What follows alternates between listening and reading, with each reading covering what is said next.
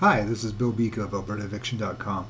In an effort to help landlords understand the eviction process a little bit better and to give them some additional options when it comes to dealing with tenants, I was able to secure an interview with Melissa Costea from a local eviction service company here in Calgary.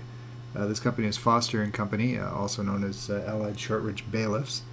And my apologies in advance for some of the background noise. We recorded this in a downtown coffee shop. Every now and then you could hear the din of the shop in the background, including the espresso machine. So consider it a little bit of ambiance for this recording. Anyway, let's go directly to the interview now, and I hope you enjoy this interview. All right, so here we are with Melissa Costea from Foster & Co. They're a local process server here in Calgary, and we've got a few questions we're going to ask Melissa and get some great answers for today. So, first of all, Melissa, what does Foster & Company do? Essentially, we provide paralegal services to landlords. We contract with a law firm, so we can do basically the entire file for a lot cheaper than a lawyer can do it directly. And we're a lot more easily contacted and can help landlords with essentially any problem they have, from letters to court orders to judgments. So basically A to Z, you can take the whole process of dealing with a problem. Yep, you betcha. Solve the whole problem. Excellent.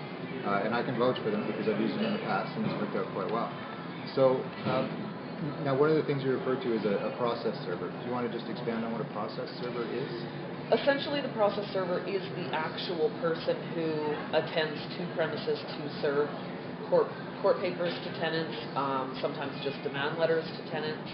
Our process server is essentially a court runner as well, so they would do the entire delivery of the court documents, filing them at the courthouse, and then ongoing to serve the tenants until basically we're finished. They would do the orders, the original documents, and from time to time, the process server may take on clients who aren't ours and simply just need something served to a tenant, civil claim, whatever.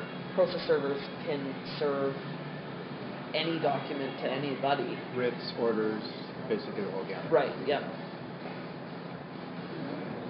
Okay, now, a lot of the stuff I deal with deals with the RTDRS, Residential Tenancy Dispute Resolution Service. In your case, you go through the court system, and you're extremely familiar with the court system. Love it. So, what do you like about the court system? I like the Court of Queen's Bench because, the landlord has a lawyer dealing with the situation, so they can rest assured that it's not just simply a court agent, it's not something that they can do themselves, and nor do they need to, so it saves time for them. In our process, the landlord's time is essentially next to none after we meet initially, so we would meet one time, do up the court documents, and then they essentially can sit back and we'll let them know when it's all completed. They don't need to attend court. We set our own court date, so it's quicker. We don't have to wait for them to tell us when we can do it. We tell them when we want to sit, and we just require the 3 days clear notice. Once we have that, we're in court. Generally, it's always a week from the day that we file. A week will always allow us enough time for service and to still get in reasonable for the landlord, for sure. Okay. So this is probably already pretty exciting for a landlord, having somebody do this for them, especially after having gone it through a few times myself and talking to some of the problems, or some of the landlords with problem tenants. So what areas do you cover? Is it just Calgary, or do you do surrounding areas? We only cover Calgary and area, essentially. So that the Calgary jurisdiction goes fairly far. It goes as far as Banff. It goes as far as probably about Carstairs to the north, about High River to the south, and a little past Strathmore. Not real sure about Bassano, but it definitely includes Strathmore. So any Calgary and surrounding areas we can deal with. So bedroom community is not a problem. So absolutely. All right, yeah. excellent. So one of the things that many of the people that find us are looking for is they don't understand the bailiff and why they need a bailiff or when they need a bailiff. Could you expand on the service of the bailiff? The bailiff, a lot of people think that the bailiff is the process server and is the person who does all of the stuff. not exactly true. The bailiff essentially only comes in at the very, very end. So you can do a number of things in residential tenancy, serve notices and this and that, but there's no consequences to any of that. Once the consequence comes in, which is the bailiff's coming after the order expires, the bailiff is the consequence, really. So when the tenant doesn't comply with the order and you've pretty much done the entire process start to finish, that's when you need a bailiff to be the person who actually goes into the place and removes anybody inside, and then your premises is back to you.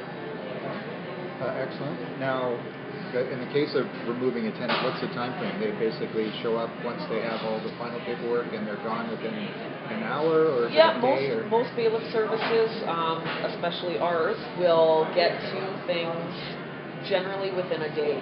So if something is really urgent, it could be in a matter of hours. Once you have the final paperwork and the bailiff has everything that they need, they generally try to do things definitely within 24 hours. Okay. And one of the things I've come across is the landlord distress procedure, which is where you can bring in a bailiff, civil enforcement to collect property in lieu of rent.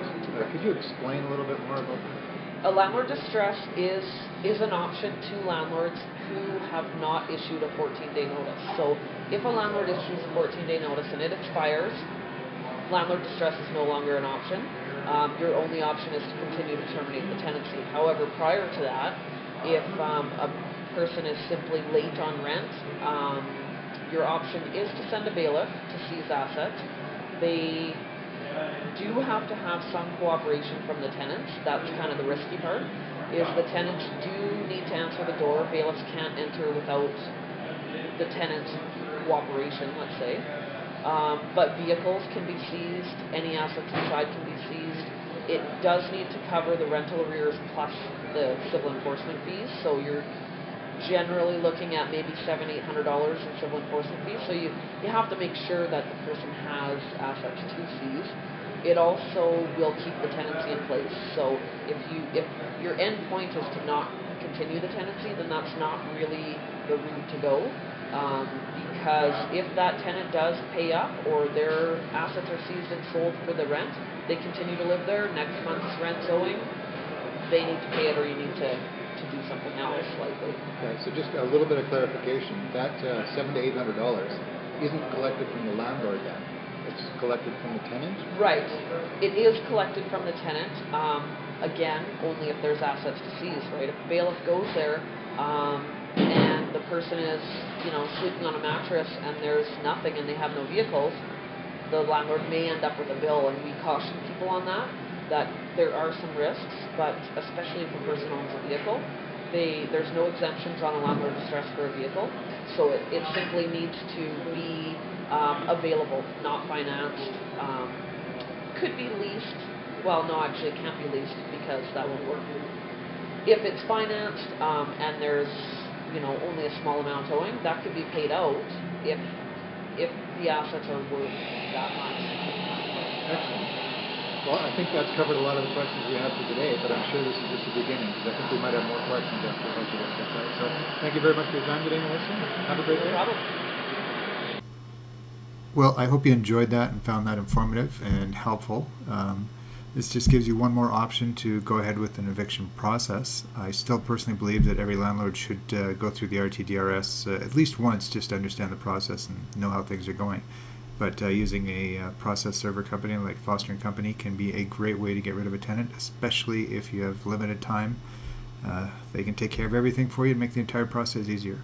So, hope you enjoyed that, and I'm hopefully having some more recordings like this coming in the very near future. Thanks, and have a great day.